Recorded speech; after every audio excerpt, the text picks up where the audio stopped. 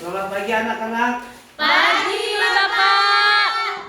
Nah, anak-anak, di saat ini kita akan memulaikan kegiatan proses belajar mengajar kita di pagi hari ini. Tapi sebelum kita memulai kegiatan proses belajar kita akan mengawalinya dengan berdoa, dan Bapak meminta kesediaan satu orang siswa untuk menuntun kita lewat doa. Jessica, Pak Guru.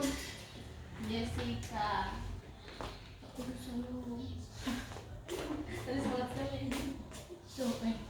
Teman-teman, sebelum kita mulai pelajaran kita, mari kita satu dalam doa kita. Tuhan Yesus, terima kasih saat ini kami akan memulaikan pembelajaran kami di pagi hari ini. Tuhan jaga, memimpin sehingga pembelajaran kita boleh selesai dengan terbaik.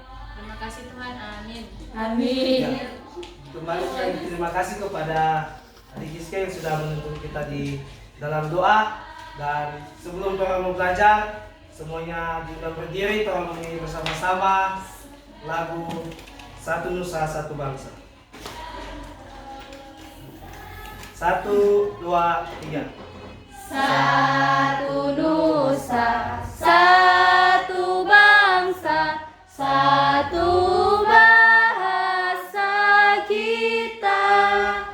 Tanah air pasti jaya untuk selama-lamanya. Indonesia pusaka, Indonesia tercinta, nusa bangsa dan bahasa kita bela bersama. Ya, dipersilakan duduk kembali.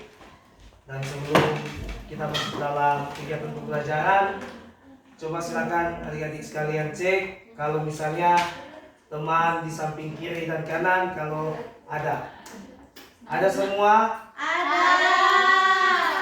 Karena ada semua berarti kehadiran di saat ini hadir semua, dan di saat ini kita langsung saja masuk dalam pembelajaran. Dan di saat ini kita akan belajar dalam pelajaran yaitu PPKN atau Pendidikan Pancasila dan Keluarga Negaraan, dengan materi kita di saat ini adalah norma.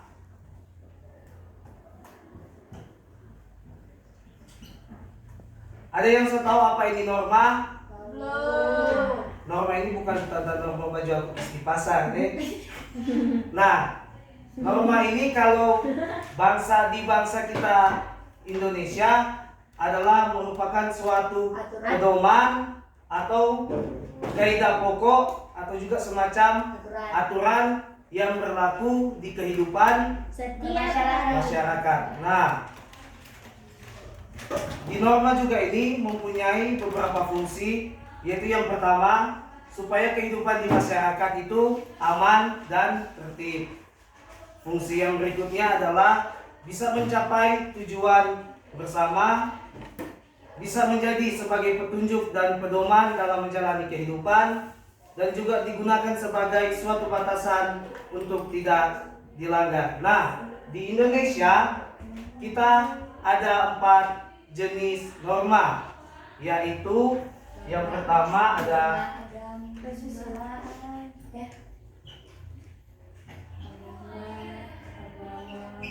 norma agama, di mana norma agama ini adalah aturan yang dijalankan oleh orang-orang yang sumbernya itu datang dari Tuhan Yang Maha Esa, dan juga yang ada di kitab suci setiap agama.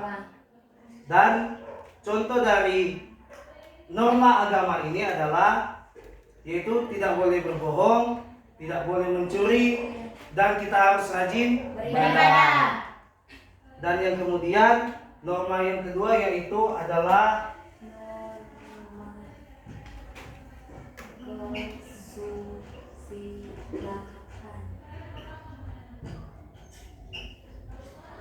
yaitu norma yang kedua adalah norma kesusilaan, di mana norma ini dijalankan oleh masyarakat yang sumbernya itu datang dari hati nurani orang tersebut. Dan contohnya dari norma kesusilaan ini, kalau dalam sekolah itu misalnya ketika mau ujian itu nih boleh menyontek.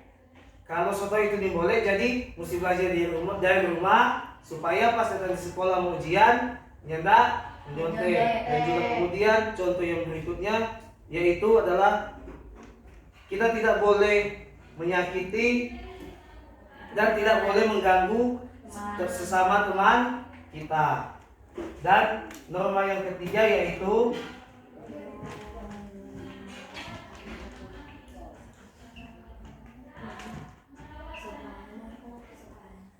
norma yang ketiga adalah norma kesopanan.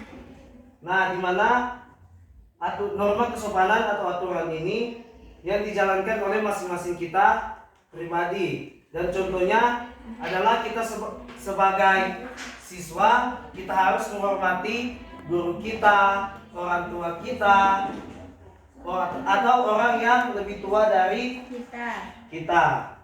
Atau kalau di rumah, ketika orang mau panggil atau ketika orang punya kakak atau adik, orang harus memanggil kakak atau adik, jangan cuma panggil nama atau cuma panggil atau cuma panggil Nana.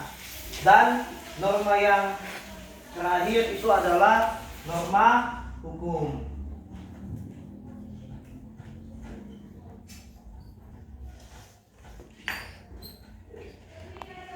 Di mana norma hukum ini adalah aturan yang dibuat oleh badan yang bertanggung jawab. Contohnya kalau misalnya di Indonesia itu yang badan yang bertanggung jawab membuat hukum di negara kita itu adalah pemerintah yang dikemas dalam bentuk undang-undang.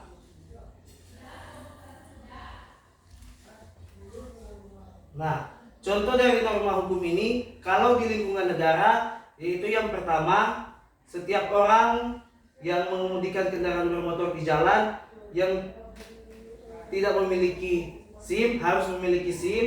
Setiap warga negara itu harus wajib membayar pajak. Dan contoh yang ketiga, seseorang yang melakukan tindak kejahatan atau kriminal akan diberikan sanksi yang sudah berlaku. Kemudian contoh norma hukum yang berlaku di masyarakat itu adalah setiap keluarga membayar iuran kas beserta kebersihan. Warga negara yang menginap di luar desanya sendiri harus melapor 1 kali 24 jam. Dan yang ketiga, setiap warga harus mengirimkan perwakilan untuk terlibat dalam siskamin. Dan contohnya kalau di lingkungan sekolah, yaitu setiap siswa dilarang melakukan kekerasan maupun membawa senjata tajam. Dan siswa kalau masuk sekolah itu maksimal hadir paling lambat 10 menit sebelum bel berbunyi. Dan kemudian contoh yang berikut, setiap siswa laki-laki tidak boleh berambut panjang. Dan setiap siswa wajib mengikuti upacara di setiap hari Senin dan memakai seragam dengan atribut yang lengkap. Nah, sampai di sini apakah ada pertanyaan? Tidak, Pak Guru. Jika tidak, di saat ini Bapak akan membagikan lembar kerja peserta didik secara individu.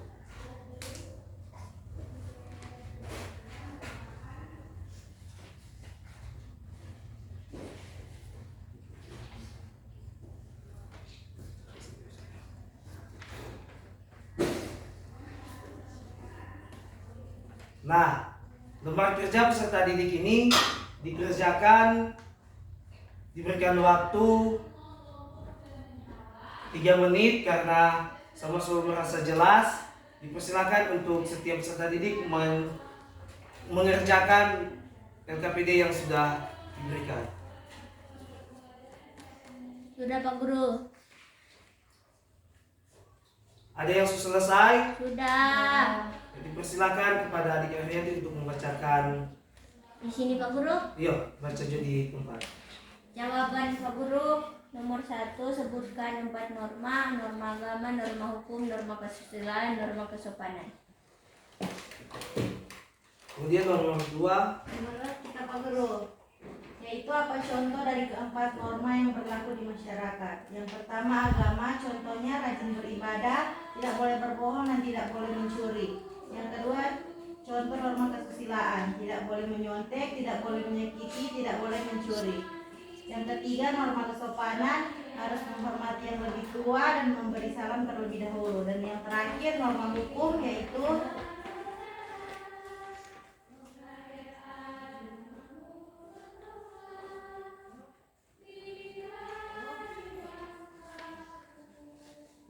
setiap orang yang mengemudikan kendaraan harus memiliki surat izin mengemudi dan setiap warga negara Indonesia wajib membayar pajak.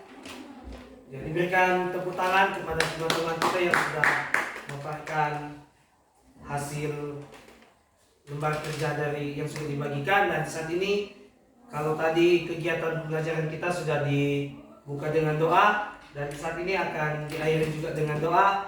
Dipersilakan kepada seorang siswa untuk menutup kegiatan kita dengan doa. Teman-teman, mari kita berdoa. Ya Tuhan, terima kasih karena Engkau telah menuntun pembelajaran kami pada hari ini. Haleluya, amin. Amin. Ya, kembalikan terima kasih dan sampai di sini pertemuan kita. Kalau pulang, jangan lupa langsung terus di rumah dan juga jangan lupa kalau di jalan kalau bertemu orang yang lebih tua dari kita untuk memberikan salam sesuai dengan pembelajaran kita di saat ini. Disampaikan terima kasih dan selamat pagi.